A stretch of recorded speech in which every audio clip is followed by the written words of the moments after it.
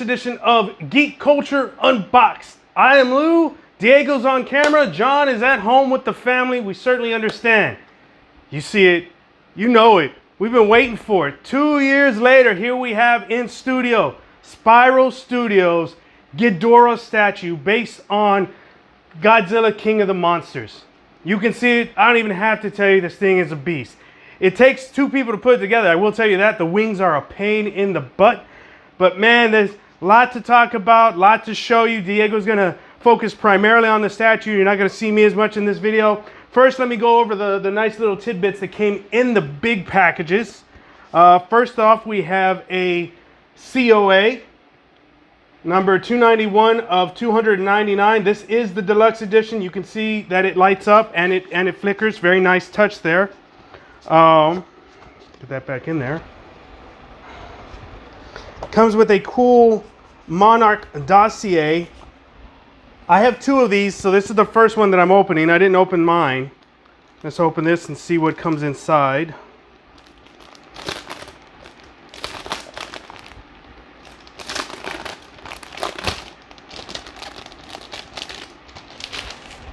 So it comes in a Monarch folder, official classified documents, and then comes with a profile card of King Ghidorah Monster Zero, super species profile, Titanus Ghidorah unknown bioelectrical, 521 feet is what they have on Monarch. Wingspan, that's its wingspan. Range, height, height is, according to this, it's like 141056 T. I don't know what that is. Flight speed 550 knots. What else? Then it's got kind of like strength meters. It's got a little write up on the back. Very nice presentation. Nice thick cardstock. Pretty cool. And then of course you can kind of see it to my right here. Very nice. I look forward to actually framing this. That is a very nice print. And I got to tell you, I am different. I like my prints kind of like this, 18 by 24. That's approximately what this is. I'm a bigger print guy. I'm not an 11 by 17 guy. So I like this. Very nice. Thank you, Spiral Studios. All right, like I said, Diego's going to bring it in and he's going to focus primarily on the statues. We've got her on a Lazy Susan instead of our spinning table. So you're going to see it move around as Diego takes a closer look at it from time to time. So I will start off by saying that, you know, there are some minor things here. If you can see it from the 360 light up video, there is light bleed on the neck. All right, we're not going to deny it. This one has it. The one at my house does not. All right, so each piece is different. This has some light bleed. This also had a few more chips at the attach points than mine did at home. Another note I want to pick out, one of the spikes on the tail broke as I was staging it so that we could put it together. It's just very fragile. So things to note, very fragile. As I said, putting the wings on are very difficult. This comes with a little piece right there. It comes out like that. It's supposed to. It's in the box. You have to kind of search for it. Don't try putting the wings on when Ghidorah is in the base. You're liable to break something. Put the wings on the body first and then put the body on the base. You are going to need two people. Paint is pretty good. On the one in my house, I saw some paint on the back that didn't match up. You know, that would be my critique. But other than that, the paint looks pretty darn good. Diego, you got any feedback on that? No, it's pretty good. I love how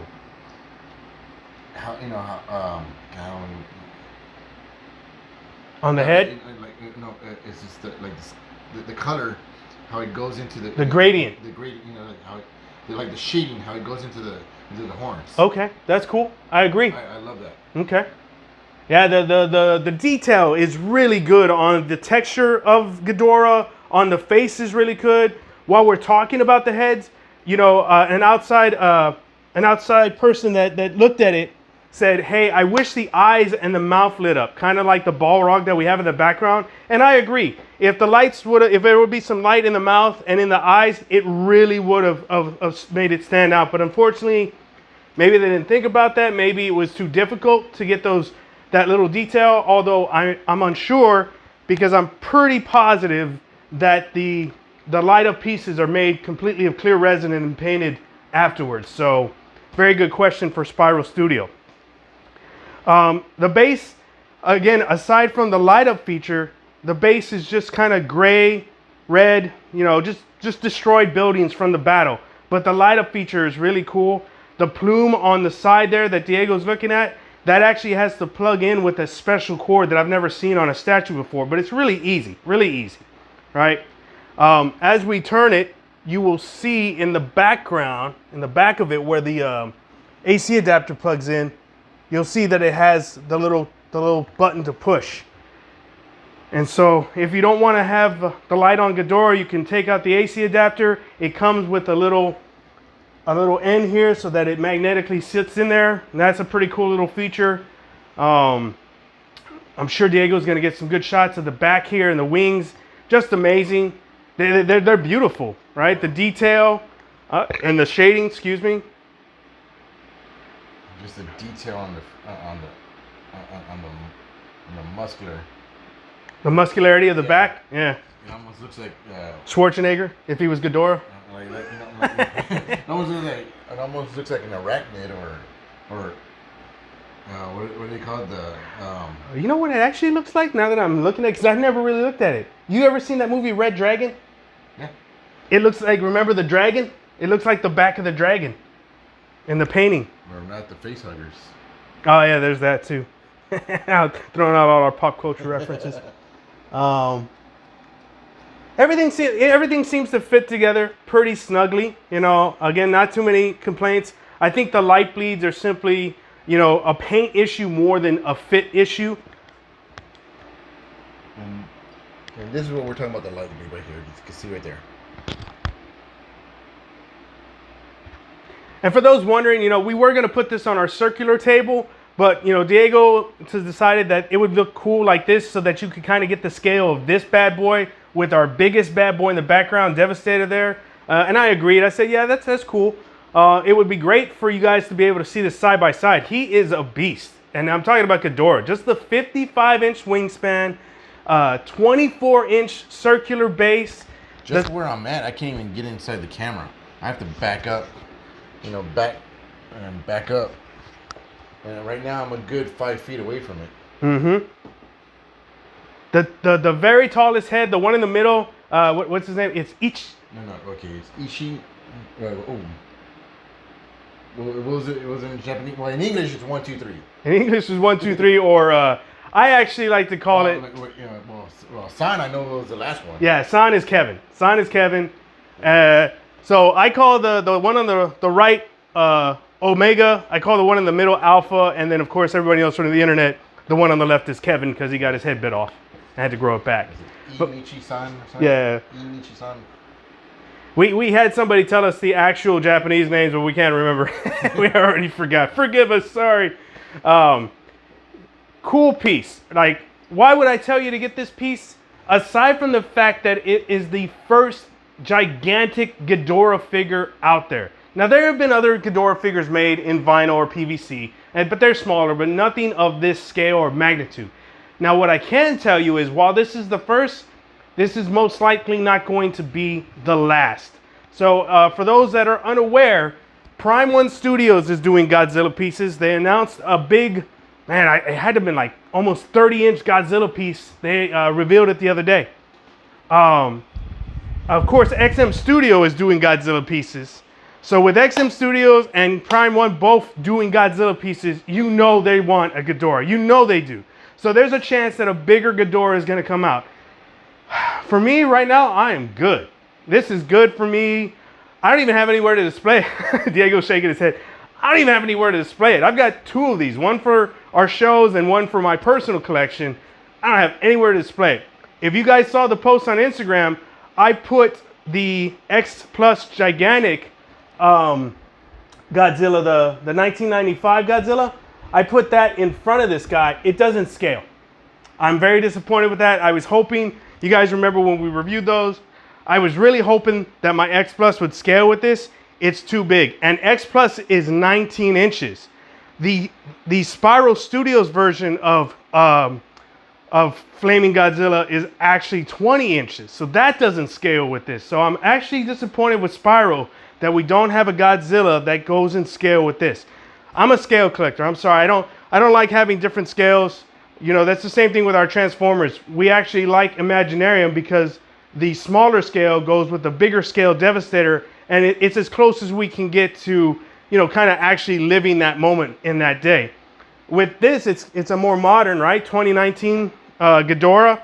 I want a scaled Godzilla. So about 12 inches will scale with Ghidorah, not on a base. Just 12 inches by himself should scale properly with Ghidorah. Anything bigger with that and it looks off. And I tell you, that's the plan for my ultimate display, is having Ghidorah staring down Godzilla like when they first meet in the movie, right? And they're in the Arctic or whatever, and Ghidorah comes up out of the ice and Godzilla's standing over here. That's what I would like to see in my collection. Like, oh yeah, that looks good. I know he's got the city base. That's cool. But that's what I see in my mind.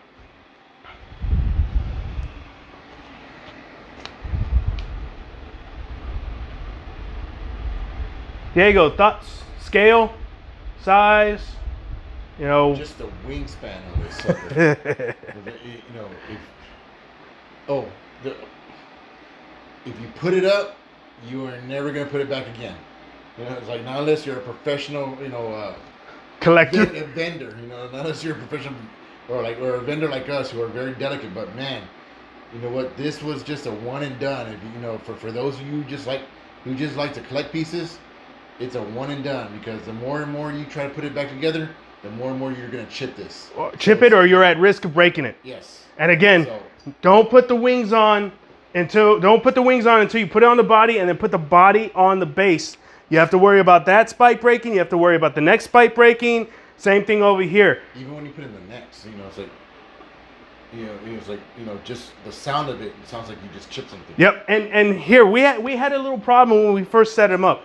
Alpha didn't light up. Yeah, everything else lit up, but Alpha didn't light up. So we had to kind of jimmy it, and then it worked, right? So don't be disappointed. Be like, oh, my thing's not working. And again, I would like to stress the light bleed. It happens. I have other light statues that have bleed, right? It's no big deal. It's not worth sending it back. If anything, and whoever you buy it from, if it's that big of a problem, ask for a credit. But to me, it's really not that big of a problem. It really isn't. It is an amazing piece. Hopefully you guys go hit up Big Bad Toy Store. They still have it in stock, I believe. Spiral Studios, I think it's sold out on their website. Be sure to check.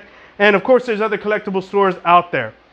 We look to be opening a store very soon.